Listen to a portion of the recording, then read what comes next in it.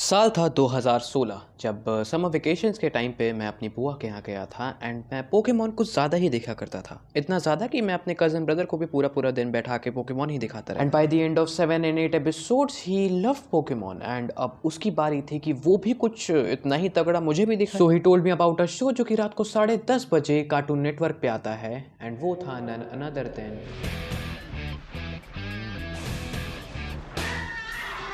And जब मैंने उसे टीवी पे देखा I was completely blown because everything about is so damn cool. The way they look, the way the animation goes, the way they are fighting, the way they are showing their rage. अब जो पहला episode मैंने देखा था वो था Gohan versus Super Buu and उसके बाद मैंने पूरा आर्क कंटिन्यू किया, लेकिन फिर से वो जब दोबारा रिपीट किया तो मैंने कहा कि भाई पहले का भी देख लेते हैं। लेकिन दिक्कत यही थी कि वो कार्टून नेटवर्क पे सिर्फ वू सागा ही एयर कर रहे थे एंड बार बार वही रिपीट हो रहा था। So I asked my brother about it कि क्या ये इतना ही है, तो वो बताता है कि नहीं, इसके पहले भी आर्क्स हैं लेकिन वो लोग वो चीज़ें एयर ही नहीं करते। सो अब यहाँ से जितनी भी क्वेरीज थी मुझे वो अपने भाई से ही क्लियर करना पड़ा एंड जितनी चीज़ें उसने बताई ना, अभी मैं सोचूं तो मेरा दिमाग ही उड़ जाता है। जैसे ड्रैगन बॉल जीटी की कहानी जो कि ड्रैगन बॉल जी के 10 साल बाद की है, उसमें सुपर सैयन 4 बनता है गोकू, लेकिन ड्रैगन बॉल सुपर जो कि उन 10 सालों की कहानी है उसमें गोकू सुपर सैयन गॉड बनता है। एंड आई वाज लाइक कि क्या super Saiyan 4 super Saiyan God से ज्यादा ताकतवर है? और दूसरी चीज ये थी कि वेजिटा ने अपने बेटे का नाम ट्रंक्स इस वजह से रखा है क्योंकि इसका एक और बेटा था जिसका नाम भी ट्रंक्स था जो कि सेल सागा में मर जाता है, तो उसकी याद में उसने दूसरे बेटे का नाम भी ट्रंक्स रख दिया। एंड ऑब्वियसली ये सारी चीजें मेरे लिए सेंस नहीं बना रही थी, तो इससे जैसे ही वेकेशन खत्म हुई मैं आया घर एंड मैंने यूट्यूब पे थोड़ी जांच पड़ताल शुरू की। एंड देन मुझे पता चला कि ड्रैगन बॉल एक एनिमे है एंड एनिमे जापानीज कार्टून को बोलते हैं।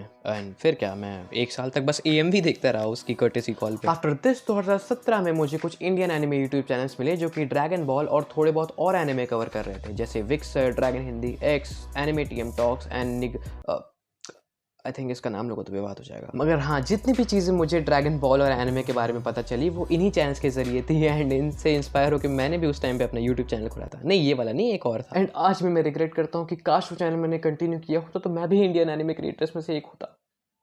खैर, अब इन्हीं क्रिएटर्स के मुंह से मैंने एक नाम बहुत ज़्यादा सुना था जो था Akira Toriyama and all I knew about him was कि ही क्रिएटेड ड्रैगन बॉल। उस समय तो इस इन्फॉर्मेशन का बहुत ज़्यादा कोई फ़र्क नहीं पड़ा मेरे ऊपर क्योंकि ड्रैगन बॉल सुपर खत्म होने के बाद मैं और भी एनिमे देखने लगा, लेकिन अगर मैं आज सोचूं तब पता चलता है कि अकीरा टोरियामा ये नाम मेरे बचपन के लिए कितना ज़्यादा इंपॉर्टेंट साबित हुआ। Because whether you like it or not, dragon ball is the biggest reason why anime has gained so much popularity around the world and Akira Toriyama was the man behind that story. बल्कि Naruto, one piece, hunter जैसे और भी shows कभी exist ही ना करते अगर dragon ball ना हो। Because Akira Toriyama was a man जिसने सिर्फ नॉर्मल ऑडियंस को ही नहीं बल्कि क्रिएटर्स को भी इंस्पायर किया। इसीलिए शोनन जॉनरा में ज्यादातर मेन कैरेक्टर्स के अंदर तुम लोग गोकू वाली ट्रेट्स देखते ही हो, लाइक भोलापन, kindness, stupidness and always wants to be strongest, not to conquer the world but to save their people. अब बात जब गोकू की उठ ही चुकी है, so we all know कि Goku is not just an anime character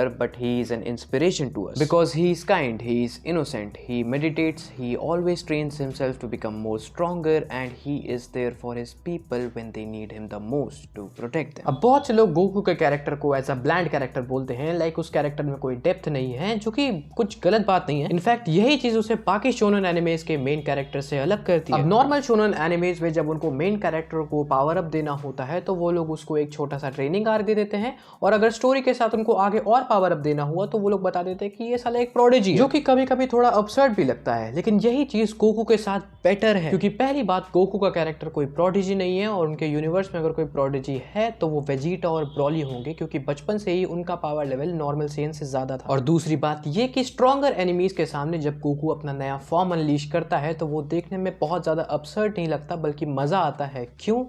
because he was already training for it. कभी master रोशी के साथ, कभी किंग काय के साथ, कभी सुप्रीम काय के साथ, तो कभी वीज के साथ। Goku is always in his training arc, और इसीलिए तुम ऐसे कैरेक्टर को जब स्क्रीन पे लड़ता हुआ देखते हो अपने लोगों को बचाने के लिए तो तुम्हारे अंदर एक सेंस ऑफ बिलीफ, एक सेंस ऑफ होप रहती ही है कि हाँ यार, ये स्क्रीन पे है तो चलो सब कुछ आगे ठीक ही होगा। And this is what Goku truly is. And ये तो बात रही सिर्फ गोकू की। मेरा फेवरेट कैरेक्टर तो वैसे वेजिटा है एंड गोहान, पिकलो, ब्रॉली, इन सब पे तो मैं घंटों बात कर सकता हूँ। But this video is for Akira Toriyama sir. As we all know, on March 1, 2024, Akira Toriyama passed away. And उसी के कुछ एक हफ्ते बाद ये न्यूज़ ड्रैगन बॉल की ऑफिशियल टीम ने कंफर्म करी। And yes, it was shocking for all of us anime fans, But there is a saying that artist dies but his art lives on forever. The contribution he did for his community is unimaginable, and the story he told to us is unforgettable. And for now, he entrusted that story to Toyotaro